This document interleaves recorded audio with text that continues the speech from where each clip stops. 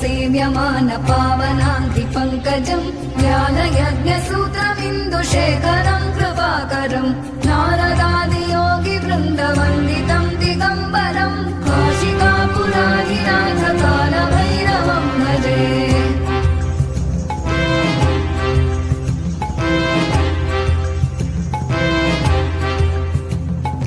भानुकोटिभास्वरम् भवाभितारकम् परम् नीलकण्ठमीप्सितार्थदायकम् त्रिलोचनम् कालकालमम्बुजाक्षमक्षशूलमक्षरम् काशिकापुरादिनाथ कालभैरवम् भजे।